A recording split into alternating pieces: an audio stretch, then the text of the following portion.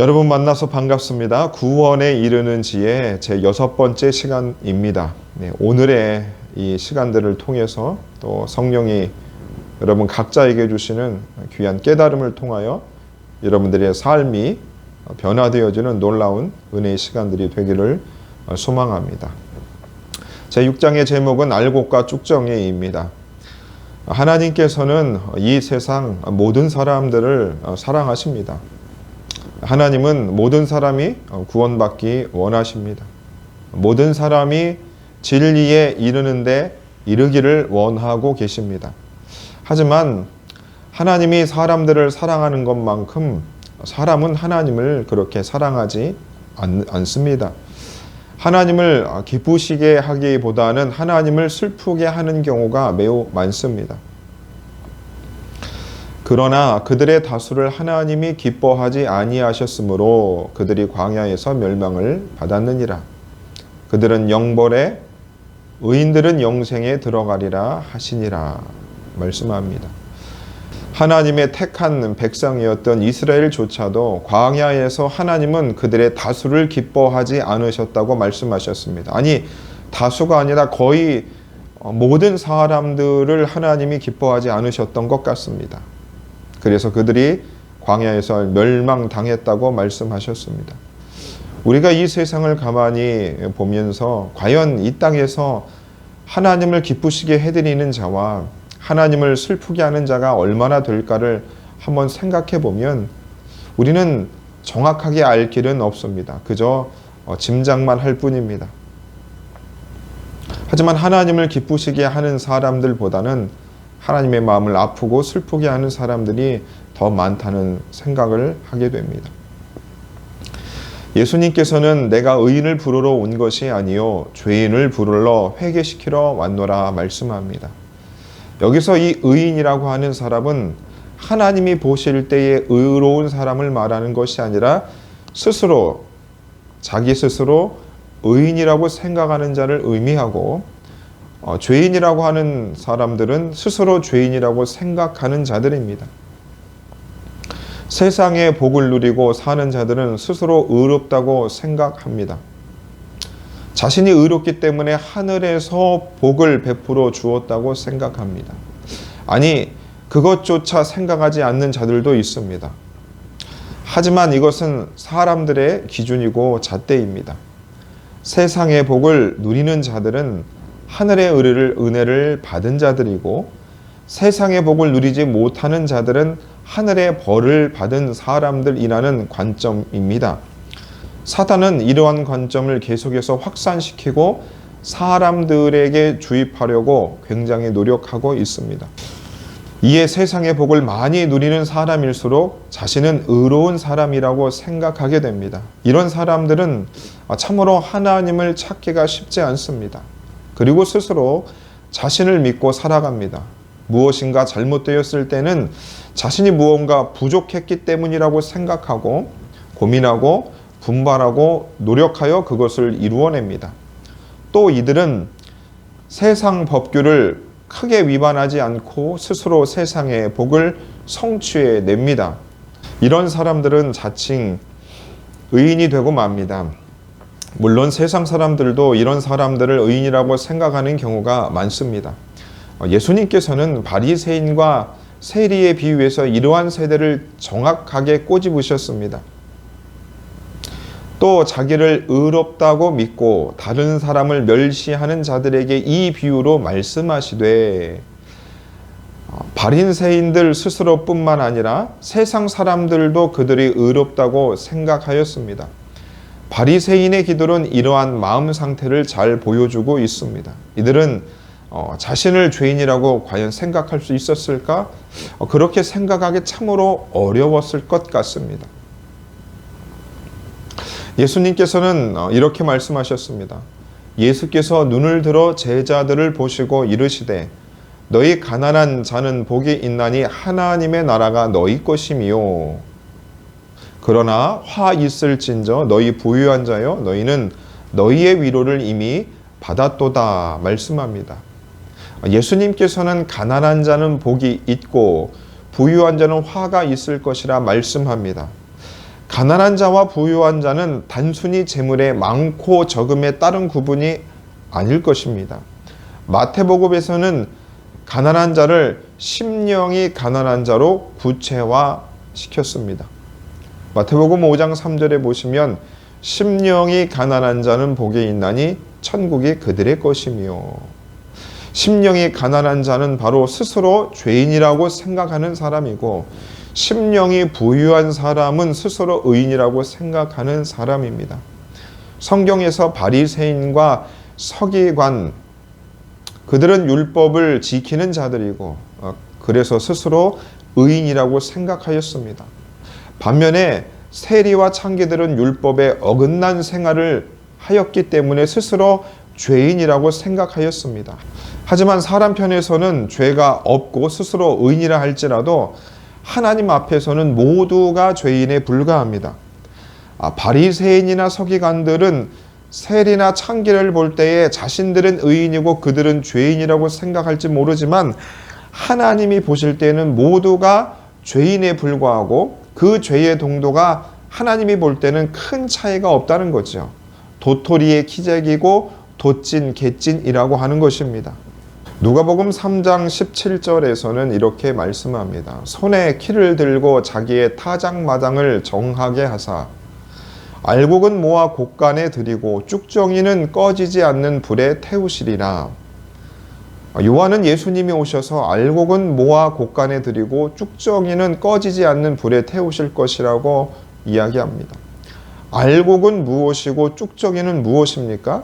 바로 쭉정이는 우상을 만들어 숭배하는 자들이 쭉정이입니다.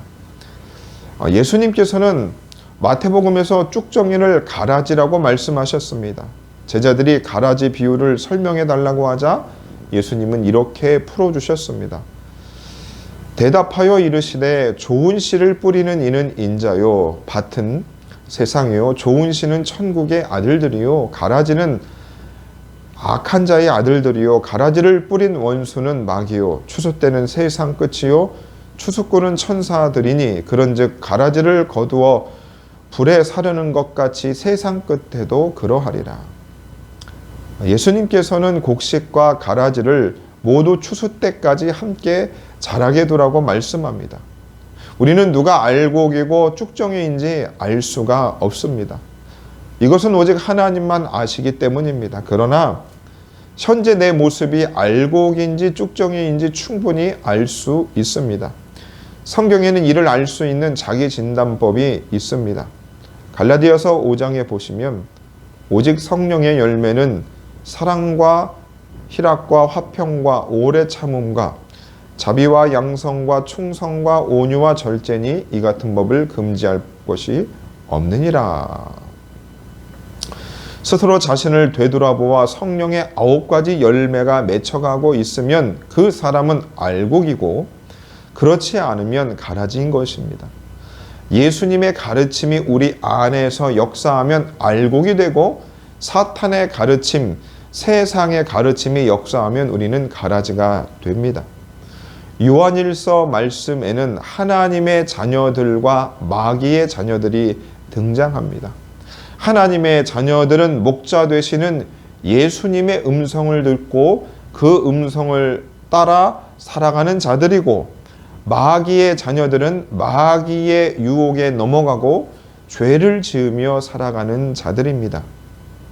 성경에 이 세상에는 의인이 하나도 없다고 선포합니다. 깨닫는 자도 없고 하나님을 찾는 자도 없고 다 치우쳐 무익하게 되고 선을 행하는 자가 하나도 없다고 말씀합니다. 원죄를 가진 인간의 실상을 참으로 적나라하게 보여주고 있는 말씀입니다. 세상의 선악을 판단하지 않고 너와 내가 하나라고 인식하며 산 사람이 얼마나 있겠습니까? 쉽게 찾아보기 어렵습니다. 이 세상에는 원죄가 있는 줄도 모르는 사람이 많이 있고 원죄가 있다는 것을 알아도 원죄가 무엇인지 모르는 사람이 많이 있고 원죄가 무엇인지 알아도 원죄로부터 벗어날 수 있는 사람은 한 사람도 없습니다. 구약 성경 가운데 하나님께서 의인이라고 칭한 사람은 굉장히 극소수만 존재합니다.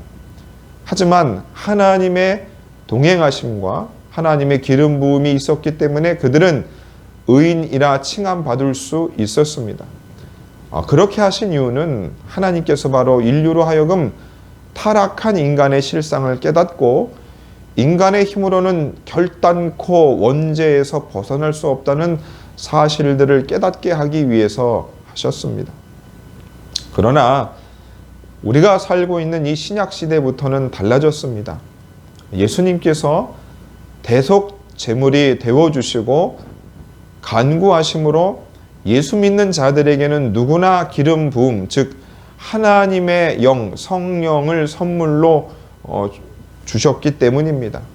이렇게 물과 성령으로 거듭난 자는 의롭다 하심을 얻게 되었습니다. 로마서 3장에 보시면 이 예수를 하나님이 그의 피로써 믿음으로 말미암는 화목제물로 세우셨으니 이는 하나님께서 길이 참으시는 중에 전에 지은 죄를 관가하심으로 자기의 의로우심을 나타내려 하심이니 곧 이때에 자기의 의로우심을 나타내사 자기도 의로우시며 또한 예수 믿는 자를 의롭다 하려 하심이라. 그런즉 자랑할 때가 어디냐 있을 수 없느니라. 무슨 법으로냐 행위로냐 아니라 오직 믿음의 법으로니라 라고 말씀하고 있습니다. 예수를 믿음으로써 우리는 성령을 선물로 받게 되고 바로 의롭다 하심을 얻게 됩니다. 요컨대 예수님을 영접하고 물과 성령으로 거듭난 자는 모두 의인이 된 것입니다. 그러므로 사람이 의롭다 하심을 얻는 것은 율법의 행위에 있지 않고 믿음으로 되는 줄 우리가 인정하노라. 아멘. 저와 여러분들이 물과 성령으로 거듭남을 통하여 우리가 죄인에서 의인이라 칭함받게 되었습니다. 바로 예수님의 십자가의 죽음을 통하여 그분이 화목제물이 되어 하나님 앞에 그분의 의로움을 우리가 덧입게 되었습니다. 그래서 우리도 의인이라 칭함받게 되었습니다. 하지만 우리가 이제 그 구원받은 자로 구원의 완성을 이루어 우리가 의인된 삶을 살아가고 있는데 우리의 삶의 현장 가운데서 그런 의의 열매들이 드러나야 됩니다. 바로 성령의 열매들인 거죠. 우리가 예수 그리스도를 통하여 물과 성령으로 거듭났어도 여전히 우리의 삶의 가운데 성령의 열매를 맺지 못함으로 살아가는 가라지아 같은 또 우리 신자들이 있다는 것입니다. 그래서 저와 여러분들이 물과 성령으로 거듭나게 되었습니다. 하나님의 자녀가 되었습니다. 구원의 여정에 이제 우리가 들어서게 됐죠. 그래서 구원의 완성을 위해서 믿음의 초보로부터 믿음의 장성한 자, 완성된 자, 성숙한 자에 우리가 이르는 그 길에 우리가 들어서서 계속해서 살아가고 있습니다. 그 길을 가는 데 있어서 가장 걸림돌이 되는 게 여전히 우리에게 죄의 문제가 있습니다. 죄인이었던 시절, 죄가 죄인지도 모르고 하나님을 대적하며 범죄하며 살았을 때의 그 죄가 여전히 우리 삶에 남아있는 것이죠. 그 죄를 하나하나 가지치기 하며 우리가 살아가야 되는 것입니다. 예수님께서는 사복음서를 통해서 오늘에서도 심령이 가난한 자, 부요한 자, 또 하나님의 자녀들, 또 마귀의 자녀들, 또 알곡과 가라지, 알곡과 쭉정이를 통하여서 하나님께서는 우리가 당신의 말씀을 따라 어떻게 살아가는지를 눈여겨보고 계시다는 것입니다. 내가 알곡인지 내가 가라지인지를 우리가 구분할 수 있는 방법은 내 삶에 성령의 열매를 맺고 있느냐라는 것을 통하여 우리가 점점 더 구원받은 백성으로서의 합당한 삶을 우리가 살아가게 되는 것입니다. 저와 여러분들이 삶의 성령의 열매를 통하여 우리를 구원의 완성으로 이끌어 가시는 그 하나님의 뜻에 부합하며 살아갈 수 있기를 간절히 바랍니다. 고맙습니다.